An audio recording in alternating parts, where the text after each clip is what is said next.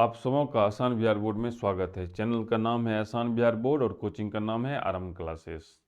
अध्याय है 2।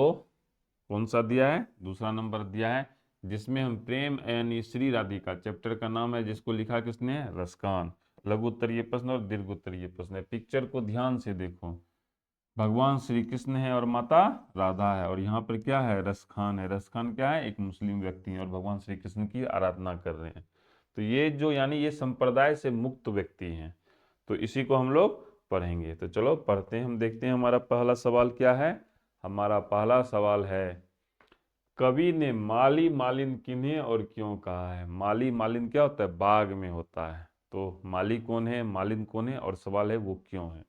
तो देखो, रसखान कवि ने, किसने कहा है? तो पहले रसखान कवि ने श्री कृष्ण को प्रेम वाटिका का माली, देखो, और राधिका रानी को मालिन कहा है। जब हम प्रेम की बात करते हैं तो हम भगवान श्री कृष्ण की बात करते हैं। उनसे अच्छा प्रेमी का उदाहरण इस पृथ्वी पर नहीं है। ठीक है, क्योंकि अब है कि उनको ही माली मालिन क्यों कहते हैं? क्योंकि वे दोनों प्रेम रूपी वाटिका के संरक्षक हैं। वाटिका, वाटिका क्या होता है? उसमें फूल होता है। और ये क्या, ये कौन सी वाटिका? ये प्रेम की वाटिका है, और इस दोनों की ये क्या है? संरक्षक हैं। जैसे माली मालिन मिलकर फूलों के बगीचे को सींचते हैं और फूल खिलते हैं, ठीक वैसे ही श्री कृष्ण और राधिका प्रेम रूपी वाटिका को सींचकर प्रेम को पुष्ट करते हैं। क्लियर हो गया? पहला नंबर क्वेश्चन समाप्त। अब हम बढ़ते हैं दूसरा नंबर क्वेश्चन की ओर। कहता है, द्वितीय दोहे का काव्य सुंदरी स्पष्ट करें। दो दोहा है, प्रथम दोहा और द्वितीय दोहा। तो कहता है काव्य सुंदरी स्पष्ट करें। तो सबसे पहले द्वितीय दोहा में है क्या? चलो पढ़ते हैं। द्वितीय दोहे में कवि के मन पे श्री कृष्ण के रूप सुंदरी का प्रभाव अत्यंत प्रभावशाली है। देखो, ईश्वर जो का जो प्रभाव होता है ना, वो काफी प्रभावशाली होता है। ईश्वर इतने सुंदर होते हैं कि अगर कोई उनको देखे, या तुम ईश्वर की मूर्ति को ही देखो, तो तुम उसको देख के मंत्र मुग्ध हो जाओगे। तो ईश्वर का जो रूप सुंदरी होता है, उसका प्रभाव काफी प्रभावशाली होता है। किसी भी रूप सुंदरी का प्रभाव ग्रहण करने का माध्यम केवल आंखें ही होती है। इसलिए कवि की आंखें परवश होकर धनुष बाण की तरह तन गई है। जब वह ईश्वर को देख रहा है, तो ईश्वर का रूप सुंदरी इतना प्रभावशाली है कि उसकी आंखें जो है खुल करके चौड़ी हो गई, और धनुष बाण जैसे तन जाती है, उसी तरह उसकी आंखें भी तन गई है।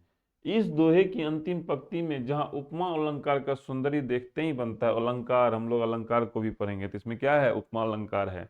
वहीं आंखों और धनुष बाण में प्रभाव साम्य भी निरूपित होता है। भाषा की गत्यात्मकता, गत्यात्मकता मतलब भाषा में गति है। ऐसा लग रहा है ठहरा हुआ भाषा नहीं है। एक एक घटना के बाद दूसरा घटना जिस तरह से होती रहती है, उसी तरह से एक शब्द के बाद दूसरा शब्द आ रहा है। और चित्रात्मक भाषा ऐसी होनी चाहिए, जब मैं बोलूं या जब तुम बोलो या किसी चीज का तुम व्याख्या करो, तो तुम्हारे सामने वो चीजें चलचित्र की भांति चलनी चाहिए। तो वही बात है, कहता है चित्रात्मकता से कथन का सौंदर्य और भी अधिक निखर गया है। तो प्रश्न नंबर 2 समाप्त हुआ। अब हम बढ़ते हैं प्रश्न नंबर 3 की ओर। प्रश्न नंबर 3 क्या है? प्रश्न नंबर 3 है, कृष्ण को चोर क्यों कहा गया है? कवि का अभिप्राय स्पष्ट करें। अब भगवान कोई चोर कह रहा है, तो भगवान तो चोर होंगे नहीं। इन्होंने कोई ऐसा चीज चुराया होगा कि वो भगवान होंगे। तो देखते हैं क्या उन्होंने चुराया है। कहता है, रसखान कवि ने कृष्ण को चोर इसलिए कहा है क्योंकि जैसे चोर कोई सामान चुराता है तो सामान वाला उस वस्तु से वंचित हो जाता है, ठीक वैसे ही कृष्ण के अलौकिक सौंदर्य ने, अलौकिक यानी तीनों लोक में वैसा सौंदर्य नहीं है, कवि के मन को चुरा लिया है, अर्थात अपनी तरफ आकृष्ट कर लिया है। इसलिए अब मन उनके अधीन नहीं रहता, उनके मन को ही चुरा लिया है।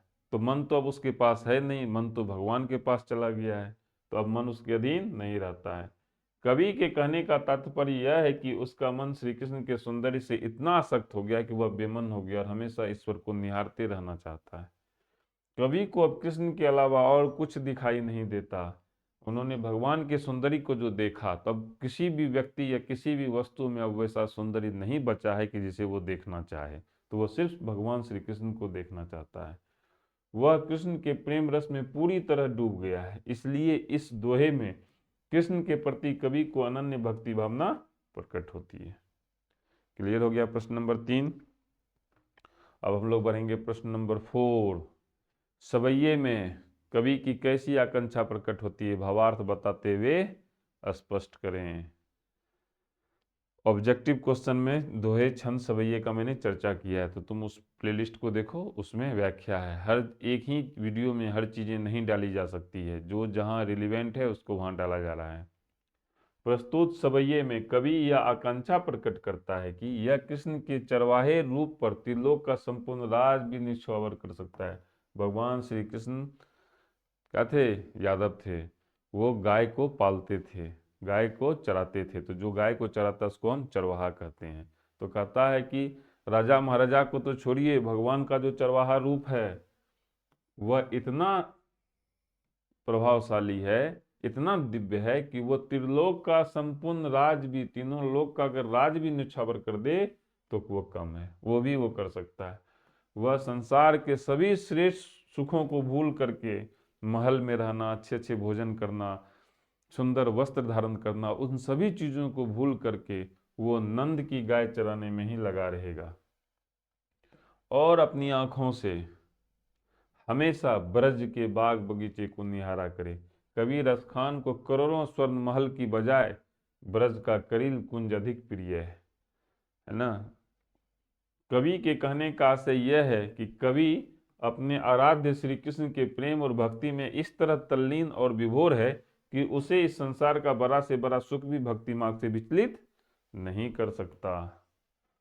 तो क्लियर हो गया प्रश्न नंबर 4 भी। अब हम लोग चलेंगे प्रश्न नंबर 5 की ओर। अब हम लोग कहाँ चलेंगे? प्रश्न नंबर 5 की ओर। व्याख्या करें। क्या व्याख्या करें? मन पावन चित चोर, पलक ओट नहीं करी सको। मन को ही चुरा लिया गया और पलक को ही हटा नहीं पा रहा है, इसी बात को हम लोग लिखेंगे। मन चुरा लिया और पलक हट नहीं रहा है।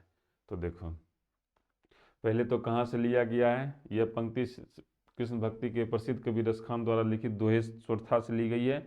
इसमें कवि ने राधा कृष्ण के अद्वितीय रूप की प्रशंसा की है।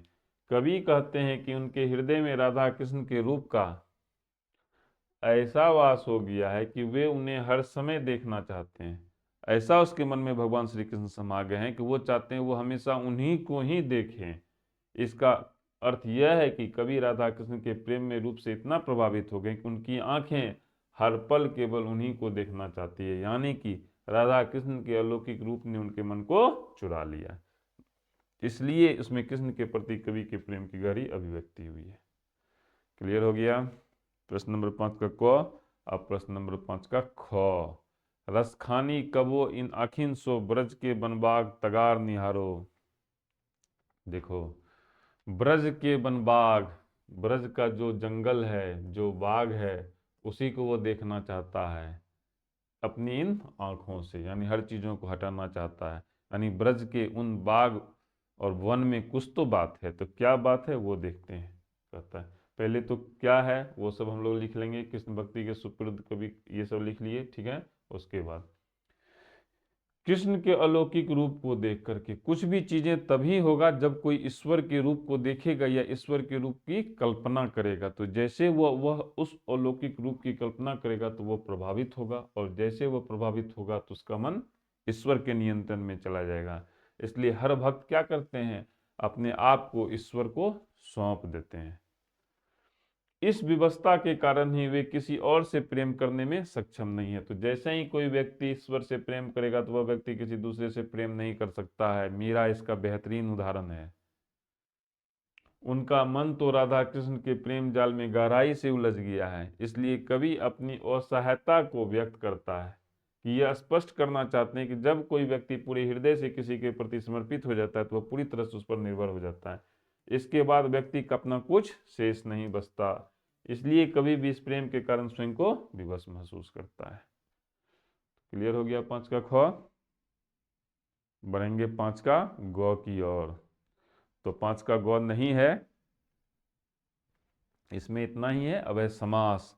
समास, संधि, हर चीज, समास, संधि, नाउन, प्रोनाउन, संज्ञा, सर्वनाम, इन सभी चीजों पर व्याकरण की एक अलग से प्लेलिस्ट बनेगी जिसमें कि इन सभी चीज़ों की चर्चा की जाएगी। आप उसको वहाँ जाके देखिए, ये सारी चीज़ें वहाँ मिलेंगी ताकि चीज़ें ज़्यादा क्लियर हो। यहाँ हम थोड़ा थोड़ा ही बता सकते हैं और डुप्लीकेसी हो जाएगी, एक ही चीज़ दोबारा आएगा तो उसका कोई फ़ायदा नहीं है। हमें बहुत कुछ पढ़ना है और हमारे पास समय बहुत कम है। मैं ये मान के चल रहा हूँ कि तुमने 8-9 में कोई पढ़ाई नहीं की है तो मुझे बेसिक भी पढ़ाना होगा। तो आज के लिए मैं इतना ही रहने देता हूँ। अध्याय 2 समाप्त हो गया है। ईश्वर तुम लोगों को सफलता प्रदान करे। धन्यवाद।